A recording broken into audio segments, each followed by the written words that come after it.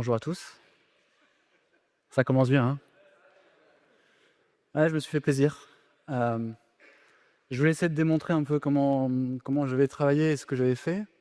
Là, sur cet écran, vous voyez à peu près tout ce qu'on peut faire avec, le nouveau composant Symfony Terminal, TUI, on va l'appeler. Heu, c'est la deuxième fois que je fais la même keynote.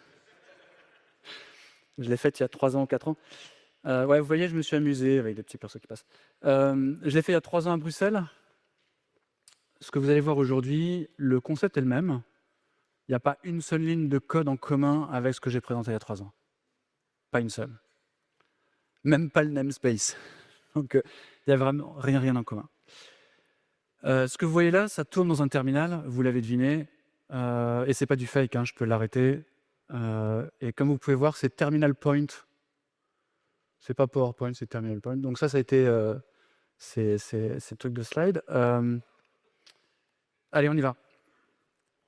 Hem, ah bah, j'ai déjà OK, donc il y a 3 ans, j'avais présenté le composant terminal et puis en fait, 1 semaine et demie, 2 semaines avant la keynote, je me suis rencontré qu'il y a je me suis raconté, non, je me suis, quoi? Hein? Rendu compte, merci. Rendu compte qu'il y avait un problème fondamental dans la façon dont je gérais les choses, et du coup, j'ai pas voulu le publier parce que je savais que fondamentalement, ça pourrait pas marcher sur la durée. Donc j'ai préféré mettre ça de côté et évidemment, les gens ont chaque conférence, en fait, il y a au moins une ou 2 personnes qui posent la question: «Tiens, quand est-ce que ça sera disponible?» Et j'avoue que recommencer de zéro quelque chose, sur lequel on a travaillé pendant 6 mois, c'est pas forcément, super. Bref, heu et en fait, ce qui s'est passé entre-temps et ce qui a changé, c'est, les LLM. Parce que tout d'un coup, c'est une aide certaine et en fait, c'est peut-être le premier, certainement le premier compo c'est sûr et certain, c'est le premier composant Symfony où, je me suis très largement aidé des LLM. J'ai revu le code, partiellement. Non, j'ai revu le code. J'ai revu le code, pas forcément les tests, donc je suis sûr et certain que dans les tests, il y a des moments où il y a assert true. Vous connaissez ça? Hem et en fait, le trigger, ce qui a fait que j'ai voulu travailler sur le TUI, c'est pas forcément pour faire le composant TUI, c'est juste que je voulais apprendre un peu comment marchaient les agents de codage et hem et les agents de codage aujourd'hui, vous savez qu'ils sont majoritairement dans le terminal, donc il me fallait une librairie, terminal, puisque je voulais le faire en PHP. Du coup, ça, c'était, un espèce de prérequis. Voilà. Alors, on avance. Ça, c'est quelque chose que j'avais raconté déjà il y a 3 ans, mais je vais le raconter rapidement. Le composant Symfony Console, c'est l'un des plus vieux composants de Symfony. Il est utilisé par beaucoup de librairies un peu partout, donc il est assez stable.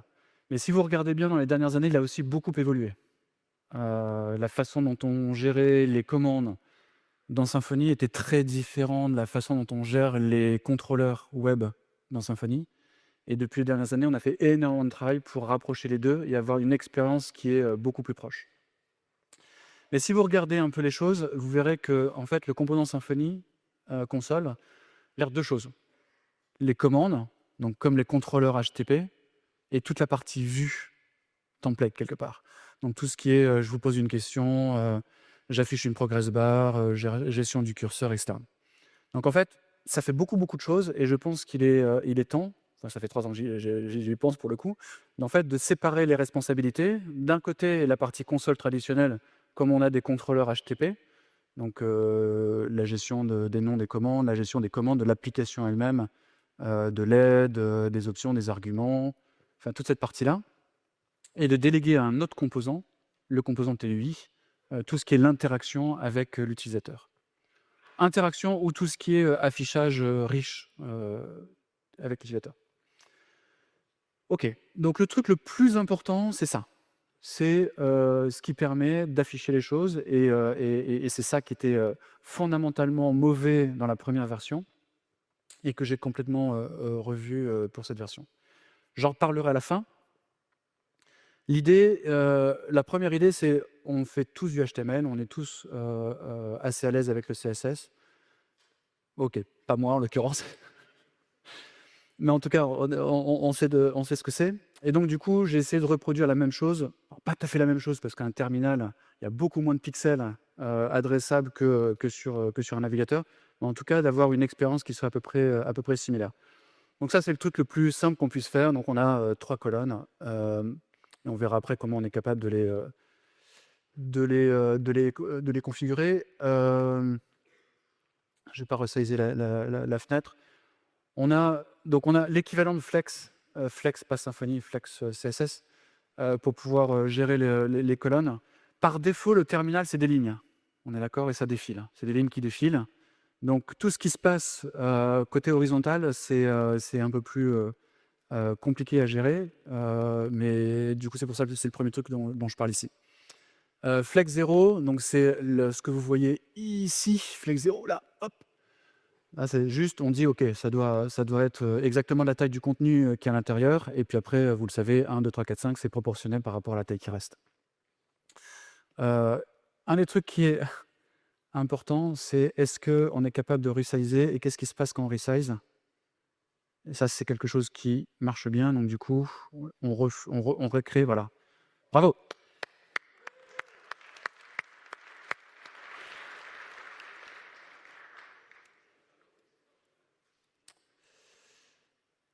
Je sais pourquoi. Je sais pourquoi, parce que je suis allé trop loin. Et quand c'est tout petit, bah, il y a un moment donné où je suppose qu'il veut il veut au moins afficher les borders et le padding. Et mis bout à bout, c'était plus grand que la largeur du terminal. Bon, bah, je vous laisserai corriger ce petit bug, hein. OK, 3 façons de gérer les styles. Donc, en pur PHP, c'est ce que vous avez en haut à gauche. C'est lisible? Bah, non. Mais gérer les polices de caractères, c'est pas naturel dans un terminal. Mais ça, vous verrez à la fin, vous aurez tout ce qu'il faut pour pouvoir le regarder. Donc en gros, on a des widgets. Donc les widgets, c'est chaque élément qui s'affiche sur l'écran. Donc pur PHP, c'est un widget. Le titre, c'est un widget. Enfin, tout est widget là-dessus. Que des widgets texte, globalement. On met un style, et le style, on a mis une couleur, et on a dit que c'était du bold. Ça, c'est la première façon de faire. La deuxième façon de faire, si on utilise des templates, mais pas forcément que des templates, on peut aussi faire des classes, parce qu'on a des classes. Quelque chose qui ressemble énormément à Tailwind, où on peut dire, bah voilà, là je veux un background blue 500, je veux un padding en X de 2, le texte en blanc et la police de caractère en big. Et puis la dernière possibilité, qui est la plus intéressante évidemment, c'est de faire une style sheet. Donc par défaut, on a une style sheet qui fait quelque chose qui n'est pas trop débile en termes de défaut. Et c'est vraiment assez proche de ce qu'on peut faire en style sheet. Alors on n'a pas tout ce qu'on peut faire dans une style sheet CSS, mais en tout cas tout ce qui est héritage, tout ce qui est sélecteur, c'est géré. Donc typiquement, on verra tout à l'heure, il y a des widgets qui sont interactifs. Ces widgets interactifs, du coup, ils peuvent avoir le focus ou pas le focus. Et en fonction de ils ont le focus ou pas le focus, ils peuvent avoir des propriétés CSS différentes. Bon, après on peut s'amuser ad vitam aeternam sur ce qu'on peut faire. Oui, le tall border a un bug. Bon, bah, vous le corrigerez aussi celui-là. Je sais pas pourquoi, c'est une régression parce que ça marchait très bien il y a 2-3 semaines et puis je sais pas pourquoi, je l'ai pas vu. OK, on fait aussi les breakpoints. Donc ça veut dire qu'on peut avoir 2 colonnes l'une à côté de l'autre quand on a un terminal qui est assez large et puis l'une en dessous de l'autre si le terminal il est plus petit. Ça marche exactement de la même manière que ce qu'on peut faire en CSS. Ça permet aussi d'ajuster en fait tous les éléments du CSS, donc le padding, non, pas la taille de la police de caractère, ça c'est pas vrai. De changer de direction, ça je l'ai dit, de pouvoir éventuellement cacher des éléments. Donc on peut faire à peu près tout ce qu'on veut. Là, vous avez un exemple. Donc chaque style, en fait, il y a une direction. Par défaut, la direction, elle est verticale. On peut la mettre en horizontale. Et puis après, on peut rajouter un breakpoint en fonction de la largeur. On ne le fait pas en fonction de la hauteur. En fonction de la largeur. Et éventuellement, changer de direction. Peut-être à ce stade, je vais dire quelque chose, parce que je vais peut-être l'oublier après. Et du coup, le temps de dire cette phrase, j'ai oublié ce que je voulais dire. Ce qui est important dans ce que j'ai fait là sur le terminal et qui est très différent de ce que j'avais fait il y a 3 ans, c'est qu'on essaye au maximum d'utiliser les fonctionnalités du terminal. Donc par exemple, je n'ai pas implémenté de scroll bar. La scroll bar, c'est la scroll bar normale de votre terminal. Ce qui veut dire aussi que si vous avez une longue conversation, vous pouvez scroller et voir tout ce qui s'est passé avant. Contrairement à ce qu'on avait fait il y a 3 ans et ce que beaucoup d'équivalents dans d'autres langages font, c'est qu'ils, prennent la main sur le terminal et ils réimplémentent la totalité, ce qui est juste une horreur. Il y a une exception et du coup, je ne sais pas si on le fera ou pas. Il y a le support de la souris. Le problème de la support de la souris, c'est que pour le coup, vous interceptez tout ce qui passe par le terminal et donc vous perdez énormément de choses, dont le scroll. Donc ça, j'ai le support de la souris. Ça ne sera pas dans la première version parce que je ne suis pas persuadé au final que ce soit une bonne idée, ça fait 2 expériences qui sont extrêmement différentes. Police de caractère, c'est pas des polices de caractère au sens où je dis au terminal: «Tiens, je vais utiliser telle police», comme vous faites dans Word. C'est complètement simulé, hein. Donc ça, c'est du graphisme pur, de gestion des pixels dans le terminal. Il se trouve que j'ai essayé de l'abstraire dans le widget texte, vous pouvez mettre une fonte, mais quand vous passez, sur une fonte qui est pas la fonte normale du terminal, vous passez dans un autre mode qui est un mode, purement simulation. Hem, on a une fonte registry, donc si vous voulez enregistrer votre propre fonte, vous pouvez aussi. Ça, c'est les fontes, je crois que j'ai mis par défaut, mais c'est complètement random, hein, il faut réfléchir, un peu plus que ce que j'ai réfléchi, de savoir ce qu'on veut mettre, comme fonte par défaut. Heu, soit vous composez tous vos widgets, on va voir après quelques exemples, en pur PHP, ça c'est le mode par défaut, ou vous pouvez le faire aussi avec template twig. Donc à chaque widget, qui existe, vous avez l'équivalent en template, ce qui veut dire que vous pouvez, faire, des boucles, rajouter, de la logique, vous pouvez avoir des includes, l'héritage, et cetera. Donc l'exemple là-haut, bon, bah, vous voyez, hein, vous avez des containers, chaque container peut avoir un gap. Vous avez une direction horizontale, vous pouvez rajouter des images, on l'a vu tout à l'heure, des textes, du markdown, enfin tous les widgets, dont on va discuter après. Ça, c'est les widgets qu'on a par défaut. Tous ne seront pas dans la première version. Je les ai tous sur ma machine par contre, donc ils marchent tous. Bon, bah, il y a rien d'extraordinaire, hein, je pense que c'est tout attendu. Overlay, c'est les pop-up, on va le voir tout à l'heure. Layer, c'est, la composition de layer, donc vous l'avez vu tout à l'heure sur mon premier slide, là où il y avait pas mal de choses qui se passaient. En fait, c'est plein de layers les uns au-dessus des autres, ce qui veut dire qu'on a aussi la gestion de la transparence. Je ne l'ai pas mentionné tout à l'heure, mais si vous avez fait attention, sur le titre, vous voyez que la pluie de lettres passait à travers les lettres. Vous n'avez pas fait gaffe à ça. Et chaque widget est composable, donc typiquement, bah, dans un container, on peut mettre un input, dans l'éditeur, on a un input éventuellement, et cetera, et cetera. Ah, voilà. Et comme c'est un terminal, du coup, je peux faire la démo. Pas con, hein? Donc ça, c'est un champ input. Donc champ input, je peux mettre, ce que je veux. Ce qui est bien, c'est qu'on gère, alors vous voyez pas mes caractères, mais si je fais je sais pas comment c'est en tout cas sur un Mac, option, ça doit être alt, l'équivalent sur un PC. Je peux venir, chercher mot par mot, ou je peux aller au début, à la fin, et puis on a tous les raccourcis traditionnels, CTRL W pour supprimer un mot, enfin et cetera. Donc c'est pas juste quelque chose où on peut entrer du texte, on peut aussi interagir avec le texte, l'éditer assez facilement. Vous voyez que là, il est sur un fond blanc, ça veut dire qu'il a le focus, mais je peux changer le focus et donc me retrouver, et puis aller taper ailleurs. Donc ce qui permet de faire des applications complètement interactives.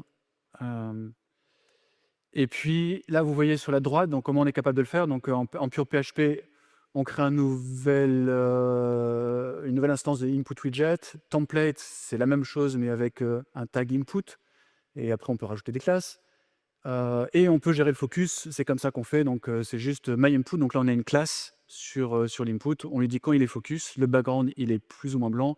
Et la couleur du texte est noire. Un éditeur, donc ça c'est la même chose sauf qu'on est multiligne, avec tous les mêmes, raccourcis, tout ce que vous voulez. Ah, je ne sais pas si j'ai fait, ouais, voilà. Là vous voyez qu'il y a un pager, donc je ne sais pas si vous le voyez, mais tout en haut il y a écrit, qu'il reste 8 lignes au-dessus et 6 lignes au-dessus et 8 lignes en dessous. Vous êtes capable de contraindre un éditeur, et si vous le contraignez, enfin un éditeur, n'importe quel widget, et certains widgets, en fonction de la contrainte en hauteur, vont s'adapter et afficher un pager. OK. En parlant de contraintes, donc là, on a une liste, pareil, donc là, je l'ai limité à 6, donc du coup, vous voyez qu'il y a un espèce de pager aussi, pour pouvoir contraindre. Bah, pareil, hein, rien de très exceptionnel, donc on a un select list widget avec, un certain nombre de lignes, avec à chaque fois une valeur et un label, et puis la possibilité de faire la même chose sur, la template. Vous voyez qu'on a max visible 6. En fait, le max visible 6, donc tous les attributs, d'un tag, c'est, ce qu'on est capable de mettre dans le constructeur du widget. Donc, tout ce qu'on peut mettre dans le constructeur du widget, on peut le mettre dans les templates. Là, on a un widget Markdown, donc ça, c'est juste, on a du Markdown et puis on l'affiche.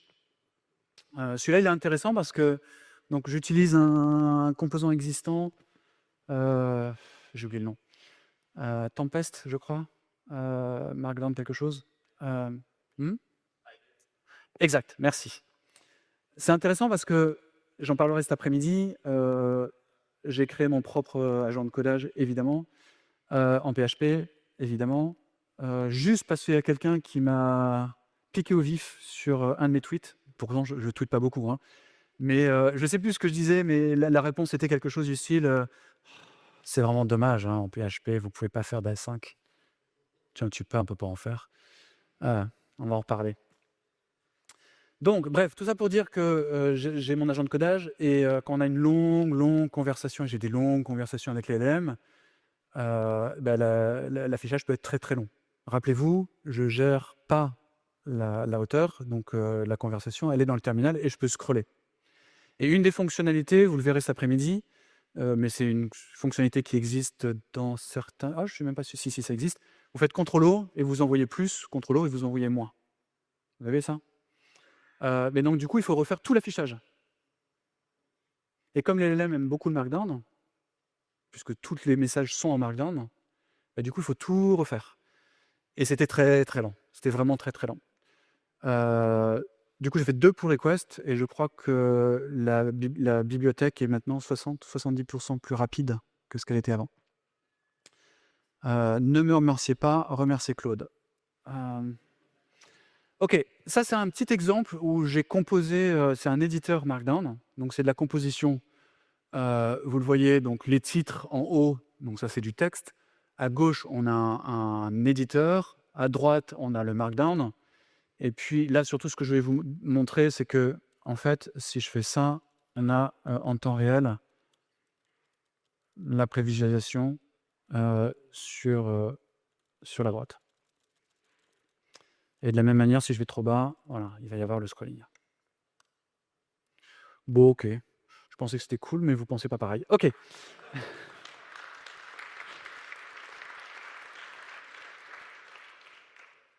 Ce qui est cool, ça serait de montrer comment on fait ça. Si c'est 1000 lignes de code, c'est pas hyper cool. Si c'est 10 lignes de code, c'est le cas, c'est vachement mieux.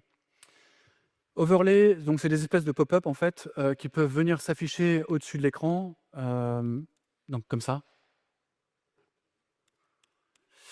Là, vous le voyez aussi en bas, vous avez, donc c'est juste quelque chose qu'on vient rajouter au-dessus. Donc en fait, c'est un widget indépendant de l'arbre principal. Oui, alors je ne l'ai pas dit, mais vous l'avez vu dans la template en fait, hein.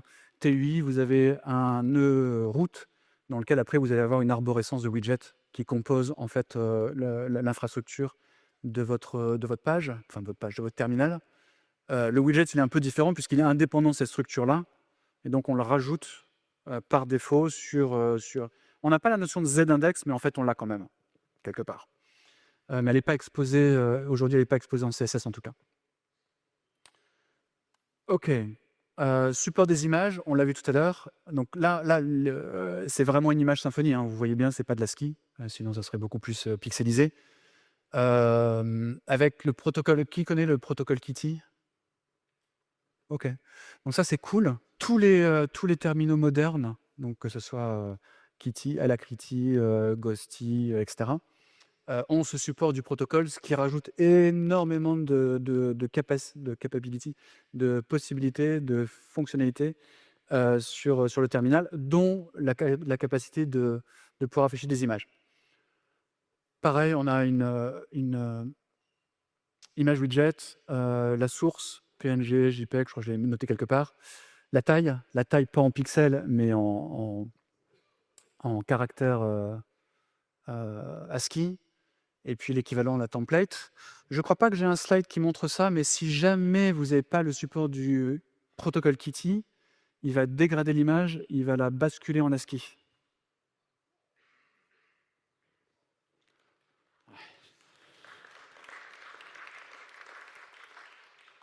Va continuer. Donc ça, c'est bon, je me suis marré. OK, de temps en temps, je suis allé un peu loin sur les choses. Donc ça, c'est quoi? C'est une animation GIF transformée en ASCII art et animée en PHP.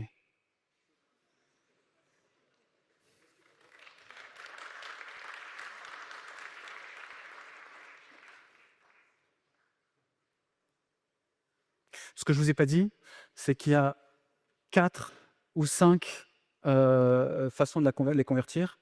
Là, c'est les je ne sais pas comment on dit en français, mais en fait, quand vous avez un caractère du terminal, déjà, il y a un premier problème, c'est qu'il est 2 fois plus haut que large.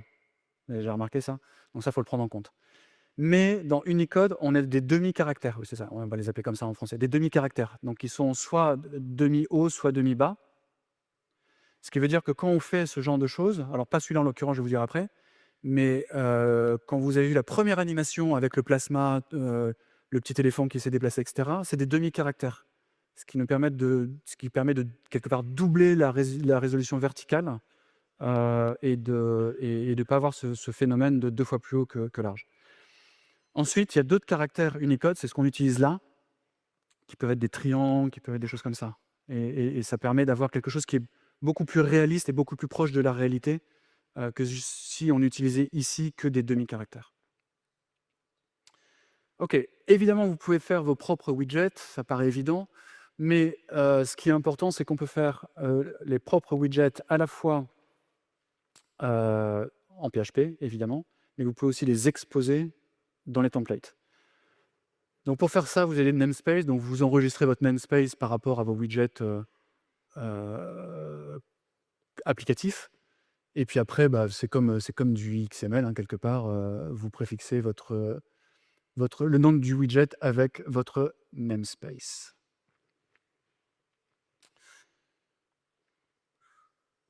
OK. Oups. Comme vous pouvez l'imaginer, donc je vous ai montré l'interaction qu'il peut y avoir entre deux widgets. Donc on fait quelque chose sur un widget, c'est une interaction avec l'autre widget, avec l'éditeur et puis l'affichage, la preview. Tout ça, ça passe par pas mal de choses différentes, mais en tout cas, le premier élément qui est hyper important, c'est tout ce qui est événement, notamment pour les widgets qui sont interactifs. Qu'est-ce qu'on fait quand la personne tape quelque chose, ou fait CTRL-C, ou fait Escape, etc. Donc en fait, on a un certain nombre d'événements qui existent par défaut, gérés par l'Event Dispatcher de Symfony, donc soumission, sélection, etc. Ces événements-là sont liés, soit sont globaux, donc quit par exemple, ça c'est global à l'application, ou sont par widget. Ok. Donc select event, bah forcément c'est pour une select list. Qu'est-ce qu'on a d'autre? Submit, c'est pour input, input. Et après, vous pouvez enregistrer des choses soit par rapport à un widget, soit donc vous le faites directement au widget. Donc en fait, dans le TUI, donc on a une classe principale qui est le TUI, vous enregistrez votre hiérarchie et chaque élément peut être identifié par un identifiant, comme de l'HTML en fait. Et donc sur le TUI, vous pouvez dire je récupère cet élément avec cet ID là, et une fois que vous avez récupéré ça, vous pouvez lui faire la on-submit par exemple, et lui dire bah voilà, si on est sur du submit, on fait telle ou telle chose. On a des événements après, des classes d'événements spécialisées qui donnent accès, enfin là c'est vraiment comme du Symfony pur et dur, à des éléments. Typiquement, si on est sur du select, quel est l'élément qui a été sélectionné. Focus, je vous l'ai montré tout à l'heure avec les champs input. Donc ça, c'est simplement la capacité de savoir quel est le widget qui a le focus en ce moment. Parce qu'en fonction de ça, bah, c'est lui qui prend les key bindings.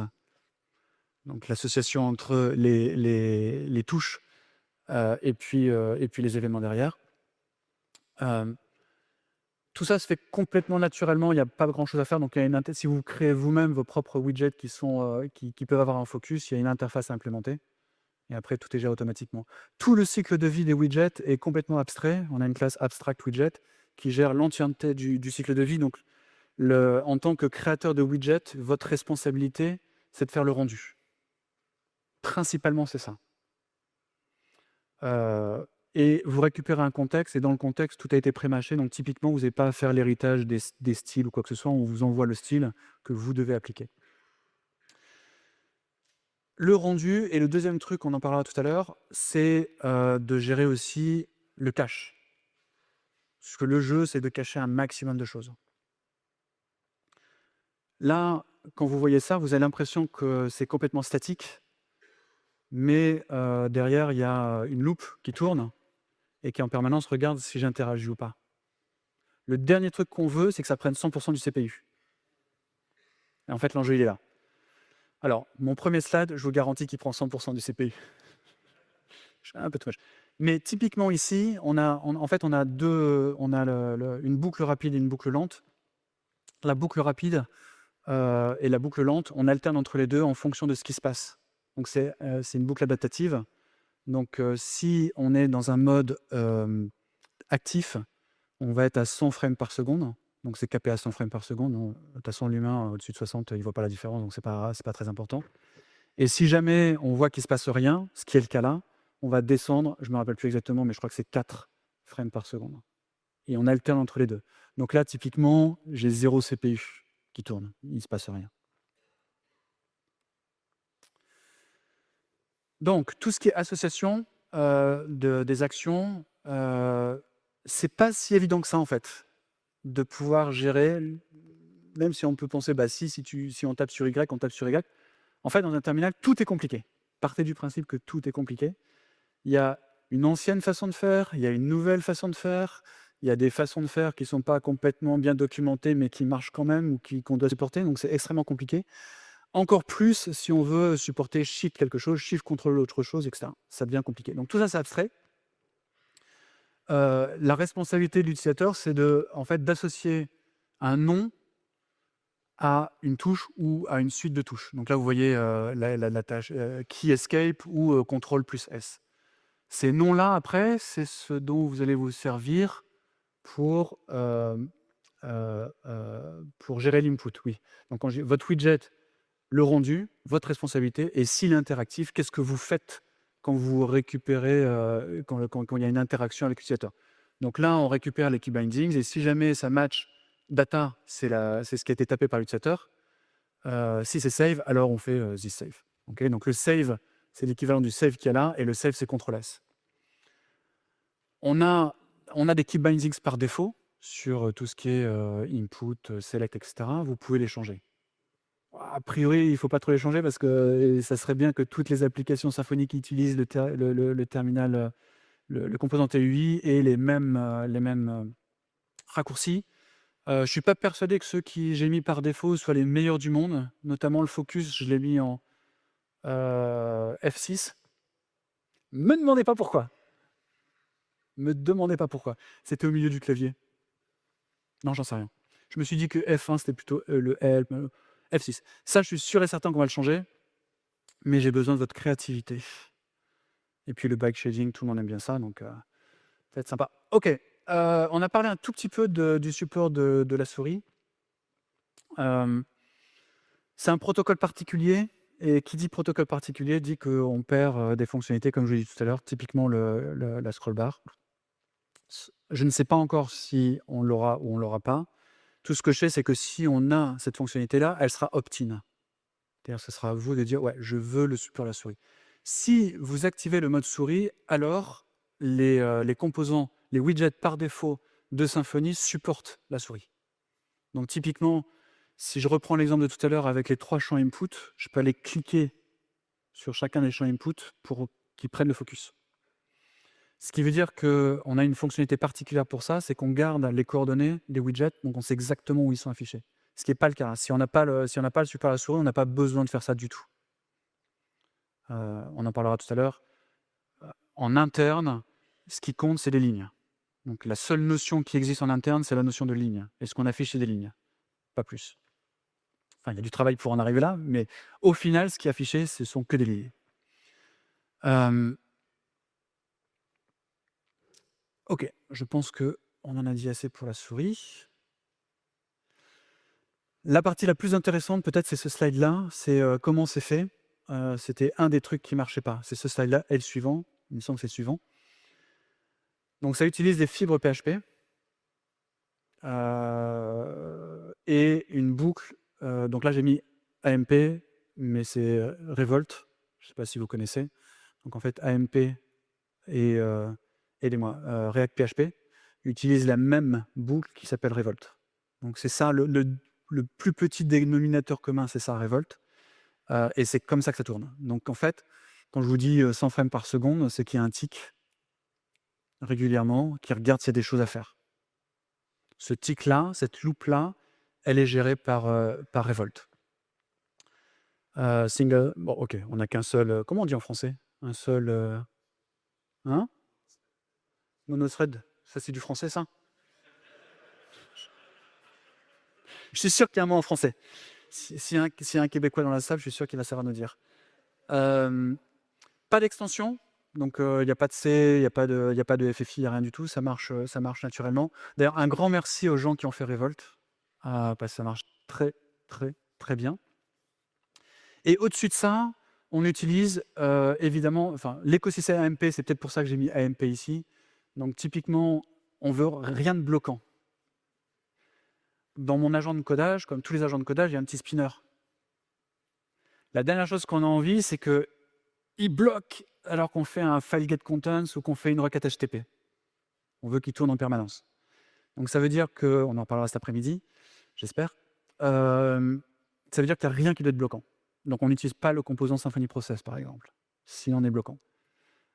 Si on utilise HTTP Client, on utilise le AMP HTTP, HTTP AMP, je ne sais plus dans quel sens, AMP HTTP je crois, pour que ce soit non bloquant. Ça, c'est le truc qui est fondamental. C'est pas très grave si vous avez quelque chose de bloquant, mais si vous avez un spinner, tout d'un coup, il va bloquer. C'est pas le but. Donc, ça permet, voilà, c'est ce que je raconte là, je le racontais d'un point de vue un peu plus technique, mais en tout cas, ce qu'il faut absolument, oui, et si effectivement vous avez quelque chose qui est bloquant, non seulement le spinner il tourne plus, ça c'est pas très grave, mais vous ne pouvez plus taper non plus, en fait, par définition, puisque la loupe elle est arrêtée, donc on n'est pas capable de prendre en compte l'input que vous avez. Le curseur que vous avez vu tout à l'heure, c'est le curseur terminal, c'est pas une émulation du curseur, c'est le vrai curseur. Ce qui est aussi important, alors, il y a 2 semaines, c'était un curseur simulé. C'est pas mal parce que du coup, on peut mettre ce qu'on veut en curseur, on peut changer tout ce qu'on veut. Ça rajoutait pas mal de code, ça posait quelques problèmes. Et puis à un moment donné, je me suis dit, en fait, la philosophie, c'est je veux avoir toutes les fonctionnalités terminales par défaut dans ces meilleures choses. Donc j'ai supprimé tout ce code-là et aujourd'hui, c'est un curseur normal hardware.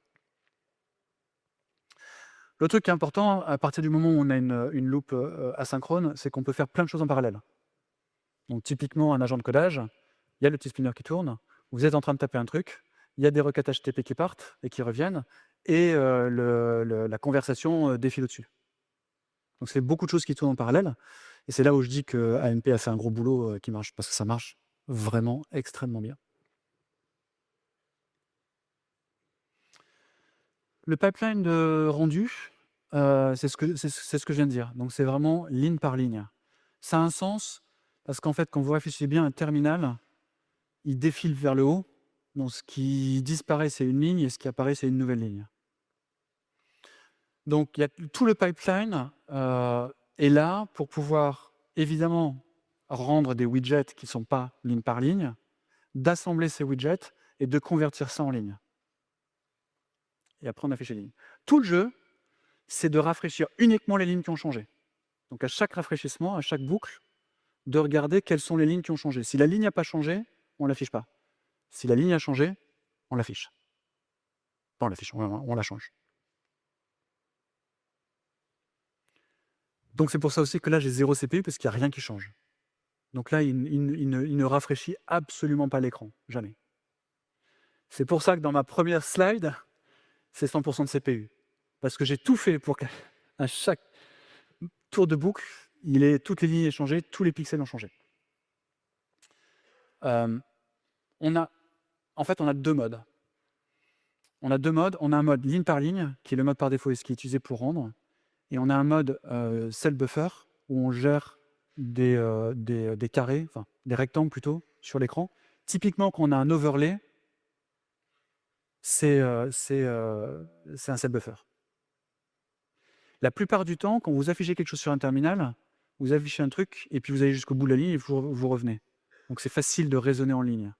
Dès que vous dites je gère des widgets horizontaux, tout d'un coup, cette hypothèse-là ne marche plus. Puisque tout d'un coup, vous allez pas, le premier widget, il ne va pas jusqu'au bout. Il y a d'autres widgets les uns à la suite des autres. Donc là, le rendu par ligne est un peu plus compliqué à gérer. Et évidemment, tout le jeu, c'est de gérer les séquences ANSI. Donc les séquences ANSI, c'est tout ce que vous connaissez, c'est bold, italique, underscore, etc. Mais il y a plein de choses pour faire tout et n'importe quoi. Donc tout ça, c'est géré. Ce qui est important, je ne vais pas montrer, c'est pas dans la démo, mais j'ai tellement de choses à vous raconter. Quand vous avez un texte, il y a deux modes. Il y a un mode où, quand il arrive à la fin de l'écran, ça disparaît. Donc ou quand il arrive à la fin, ça revient à la ligne et ça continue naturellement, un éditeur. Ou il arrive à la fin et il y a 3 points de suspension. Il est tronqué. Donc ça, pourquoi je vous raconte ça? J'ai pas du fil. Parce que c'était intéressant à dire. Non, c'est ça que je voulais dire. C'est qu'il y a une gestion, en fait, quand on a une ligne, quelle est la taille de la ligne? Puisqu'on gère des lignes, donc la taille de la ligne est hyper importante. C'est pas juste compter l'ensemble des caractères, puisqu'il y a les séquences ANSI qui viennent un peu partout. Donc là, il y a quand même une grosse gestion de comment on fait pour calculer la taille en supprimant tous ces trucs ANSI. Et quand on fait du cut, est-ce qu'on cut au milieu d'une séquence ou pas, et comment on récupère. Donc il y a quand même pas mal de logique par rapport à ça. Donc ça, c'est tout géré directement du côté du composant. Ce que je vous disais tout à l'heure, donc on traque quand l'arbre a changé. Et en fait, il y a une vraie notion d'arbre. C'est-à-dire que si on a changé un composant ici, quel est l'impact sur le composant d'en haut? Quel est l'impact sur le composant dessus? Le jeu, c'est de réduire au maximum ce qu'on va mettre à jour. Donc c'est pas parce qu'il y a un composant, un widget qui a changé qu'on marque tout l'arbre invalide. On essaie d'invalider uniquement les éléments de l'arbre qui ont changé. On a du cache. Le cell buffer, je vous l'ai raconté. Le cell buffer, c'est ce qui permet en fait de faire la composition de layers les unes au-dessus des autres. Le cell buffer, c'est aussi ce qui nous permet, j'allais dire une bêtise, donc je ne vais pas la dire.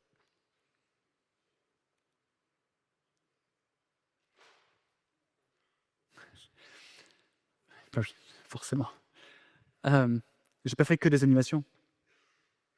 Qui a eu un Atari, un Amstrad, un Amiga?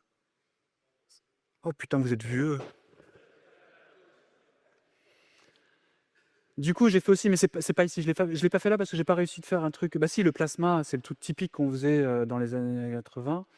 C'est le truc typique qu'on faisait avec l'Atari ou l'Amstrad, où on avait, où on essayait d'avoir la fréquence maximum. Et donc du coup, on avait des couleurs qu'on n'était pas capable d'avoir juste parce que visuellement, l'œil, il avait... Bon bref, beaucoup de fun à l'époque. Et tout ça a été fait en assembleur pour que ça soit le plus rapide possible. Là, il n'y a pas d'assembleur. Bref, donc j'ai fait des petites démos. Vous savez, vous avez le texte qui fait comme ça, qui défile comme ça, qui fait machin. Je vais pas vous montrer ça, parce que c'était pas très intéressant. Mais j'ai quand même fait des jeux. Pas pour... En fait, tout ça, le but, c'était de trouver les limites et de trouver comment on pouvait améliorer les performances. On en parlera cet après-midi, comment j'ai fait ça. Tout ce que je viens de vous dire, on en parlera cet après-midi. Si j'oublie, vous me le dites. Je vois que tu as pris des notes, donc du coup, ce sera facile.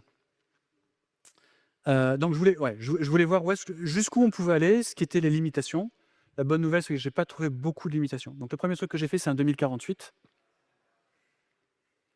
Mais il a une subtilité, ce 2048, parce que comme vous pouvez le voir, c'est que des fontes qui ne sont pas les fontes par défaut. Ah oui. Donc ça, c'est ce que j'ai appelé mon 2048 big, parce que j'ai un 2048 normal, tout petit, que vous n'auriez pas vu. Vous voulez que je joue? Ah, je vais pas jouer. Normalement, on devrait perdre assez rapidement.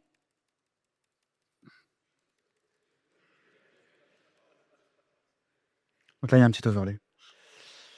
On peut restart. Ah merde! Comment on fait? Ah, c'est ouais, ça comme ça. Et... J'étais triste, quoi. Ok, on va pas jouer.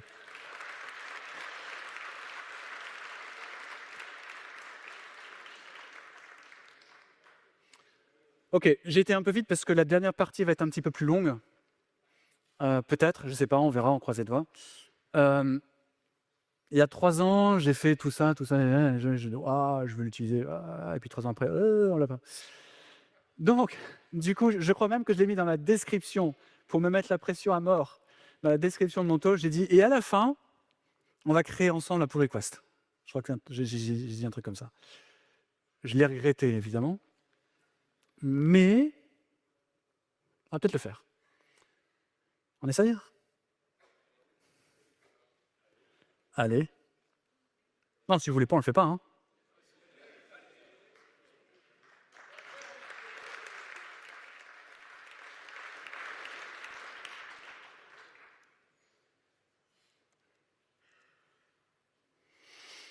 Ah mais non, mais j'ai même pas besoin de faire ça, en fait. J'ai triché. Alors, comment on va faire ça? Hop. Quelque chose comme ça. Là, je dois avoir une branche TUI. C'est ça. Et après, comment on fait? Aidez-moi!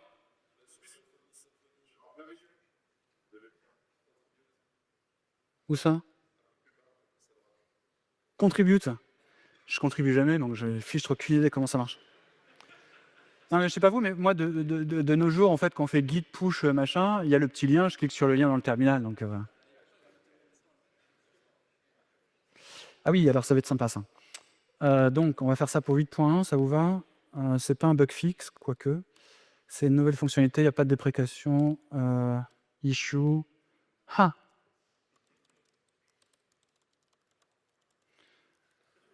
Hop. On va laisser comme ça. Après, c'est le jeu de l'œuf et la poule. Allez, on crée la pull request. Voilà.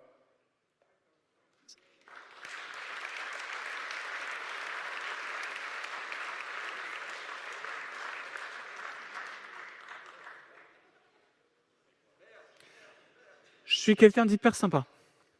Donc, on va faire mieux que ça. On va faire mieux que ça. On va faire...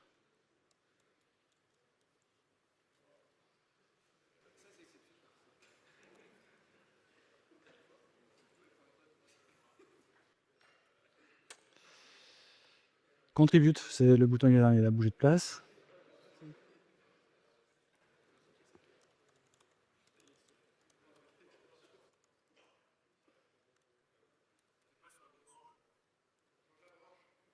Merci.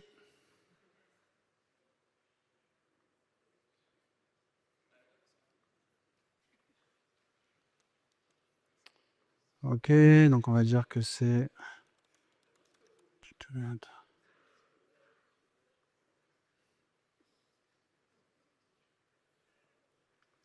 29 fichiers.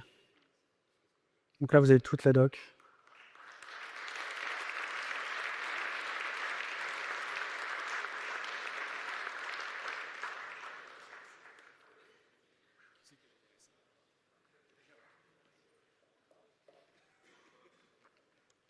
Je mentirais si je vous disais que j'avais tout écrit à la main. On pourrait faire un autre truc, mais je vais pas le faire parce que j'ai pas préparé, mais je vais juste vous le montrer quand même. Je sais pas si j'ai lancé. Il est pas lancé. Alors, on va le faire là, c'est pas grave. Aidez-moi. Non, vous pouvez pas m'aider. Ok. Ok. S'il n'y a pas de raison qu'il y ait que mes petits copains UX et AI qui aient leur propre site web, hein. Du coup, j'ai fait un petit site web.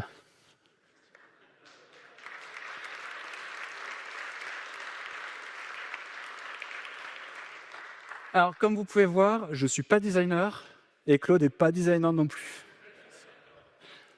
Mais quand même, il y a un truc qui est vachement bien, c'est que ça, c'est un vrai terminal, hein. Ah ouais, vous pensiez qu'en fait non, mais qu'en fait oui. Tiens, d'ailleurs, c'est intéressant parce que vous voyez exactement ce dont je parlais tout à l'heure par rapport au caractère Unicode. Vous voyez, quand je vous parlais, en fait, on a toutes les tailles possibles et imaginables. Donc, c'est ce qui nous permet d'avoir des images un peu plus réalistes que si on utilise juste les blocs complets. Donc, on va de 1 pixel à 8 pixels au maximum. Donc ça, c'est Ghosty. Vous connaissez Ghosty? Qui utilise Ghosty?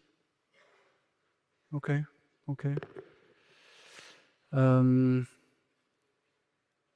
Donc là, après, vous avez l'ensemble des choses. Ah, je ne vous ai pas montré les tabs. En fait, il y a un vrai terminal que vous pouvez utiliser.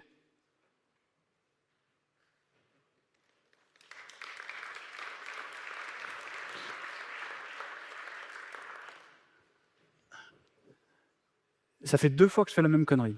Vous avez la même chose sur Twig. Première version, alors comment on va faire ça? Donc il me faut un serveur web, je vais faire du Mercure, je vais streamer entre les deux. Comment je vais faire d'un point de vue sécurité? Comment je fais pour on développe tout le truc, on est content. J'ai enfin trouvé une station à Mercure, personnellement. Boum, boum, boum, on fait tout le truc, et puis à la fin, j'ai dit, ah putain, mais c'est trop compliqué. Mais non, WASM, évidemment. J'ai fait la même sur Twig, j'ai fait la même ici. Donc en fait, là, ce que vous voyez là, tout est côté navigateur. Donc le terminal Ghosty, il y a une librairie en WASM, donc c'est ça. Ce qui veut dire que ce que vous voyez là, c'est exactement ce que vous verriez sur votre terminal à la maison. Ce que je viens de dire est faux, mais vous n'avez aucun moyen de me dire que j'ai faux. Et PHP est dans le navigateur aussi.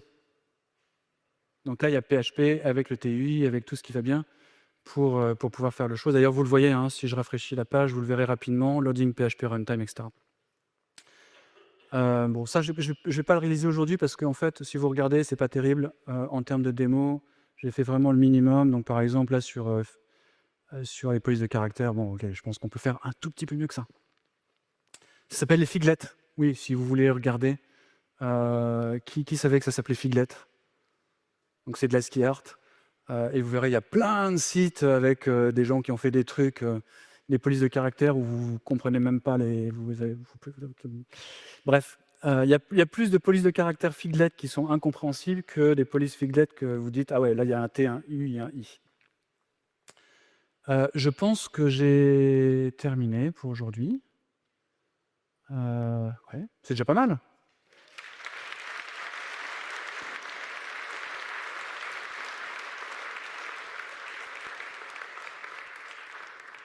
Bon, la bonne nouvelle, c'est que tous les tests passent.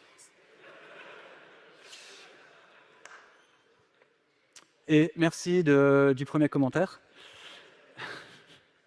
Ah, le composant, il est en expérimental. Et je voudrais tester un truc, mais j'ai complètement oublié, donc c'est pas écrit là, mais peut-être que je vais le faire. Vous allez me dire, on va voter ensemble. Vous allez me dire si c'est une bonne idée. J'aimerais bien que pour ce composant-là, on essaye quelque chose, tous ensemble. Je veux pas de pull request. Il faut que ce soit mergé, hein. Je veux pas de pull request. Si quelqu'un veut ajouter une fonctionnalité, je le prompte. Le prompt, il peut être large, hein. C'est pas rajoute-moi le support de la souris, hein. C'est les spécifications qui vont bien. Qui fait ça à titre perso ou personne? Ok, on en parlera cet après-midi alors. L'idée, c'est quoi? C'est de dire... mais non, mais là, on a encore un peu de temps ou pas? On n'a plus de temps? On en parlera cet après-midi. Mais c'est un sujet intéressant. Donc l'idée, c'est de dire, si vous voulez une nouvelle fonctionnalité, écrivez un prompt qui va bien, je paye les tokens. Sympa quand même.